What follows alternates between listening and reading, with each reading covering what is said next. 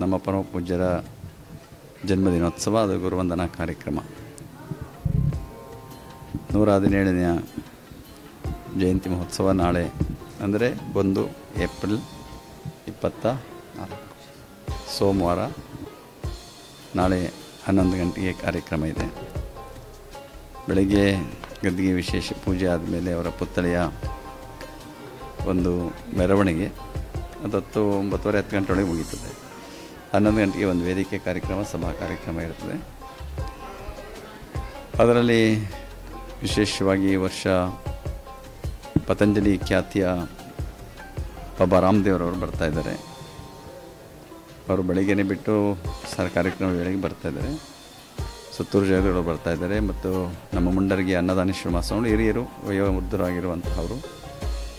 ಜೊತೆಗೆ ಧಾರವಾಡದ ಮುರುಘಾ ಮಠ ಇದೆ, ಅಲ್ಲಿ ಮಲ್ಲಿಕಾರ್ಜುನ ಸ್ವಾಮಿ ಬರ್ತಾಯಿದ್ದಾರೆ.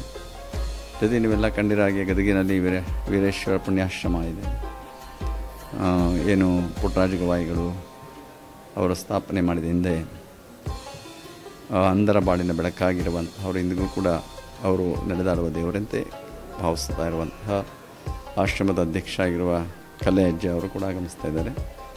ಅನೇಕ ಪೂಜ್ಯರುಗಳು ಆಗಮಿಸ್ತಾ ಇದ್ದಾರೆ. ಒಂದು ಭಕ್ತಾದಿಗಳೆಲ್ಲ ಭಾಗವಹಿಸ್ತಾ ಇದ್ದಾರೆ. ನಾಳಿನ ಕಾರ್ಯಕ್ರಮ ಒಂದೇ ಅಧಿವೇಶನ ಇದೆ, ಏಕೆಂದರೆ SSLC ಪರೀಕ್ಷೆ ಮತ್ತು ಕೋಡ್ ಆಫ್ ಕಂಡಕ್ಟ್ ಎಲ್ಲ ಇರೋದ್ರಿಂದ ಕೇವಲ ಒಂದೇ ವೇದಿಕೆಯ ಕಾರ್ಯಕ್ರಮ ಇರುವಂಥದ್ದು. ನಾಳೆ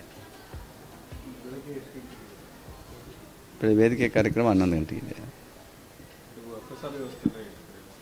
ಪ್ರಸಾದ ವ್ಯವಸ್ಥೆ ಪ್ರತಿ ವರ್ಷ ಮಾಡ್ದಂಗೆ ಮಾಡ್ಕೊಂಡಿದ್ದೀವಿ ವ್ಯವಸ್ಥೆ.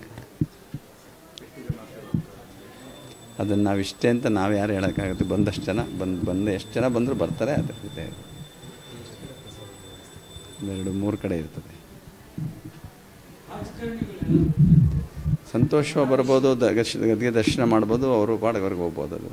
ಅವರು ಬರೋದಿಲ್ಲ, ಮುಖ್ಯವಾಗಿ ಅವ್ರಿಗೆ ಬರೋದು ಗೊತ್ತಿಲ್ಲ. ಅದು ಬರ್ಬೋದೇನೋ, ಬಂದರೂ ಅವರು ಏನು ವೇದಿಕೆ ಮೇಲೆ ಬರೋಂಗಿಲ್ಲ. ಎಲ್ಲೂ ವೇದಿಕೆಯಲ್ಲಿ ಬಂದು ಕೆಳಗೆ ಕೂತ್ಕೋಬೋದು, ಭಾಗವಹಿಸಿ ಹೋಗ್ಬೋದು. ಏನು ಅದಕ್ಕೇನು ಯಾವ ಅಭ್ಯಂತರ ಏನಿಲ್ಲ. ಅದೇ ವೇದಿಕೆಯಲ್ಲಿ ಬಂದು ಭಾಷಣ ಮಾಡೋದಕ್ಕೆ ಅವಕಾಶ ಇರೋದಿಲ್ಲ ಅವ್ರಿಗೆ. ಕೊಡಾಕೊಂಡು ನಿಮಗೆ ಗೊತ್ತಿದೆ, ಎಲ್ಲರಿಗೂ ಗೊತ್ತಿದೆ. ಅದರ ರೀತಿ ಬರೋರು ಬರ್ತಾರೆ, ಬುದ್ಧಿಯವ್ರ ಗದ್ಗೆ ದರ್ಶನ ಮಾಡ್ತಾರೆ, ಭಾಗವಹಿಸ್ತಾರೆ.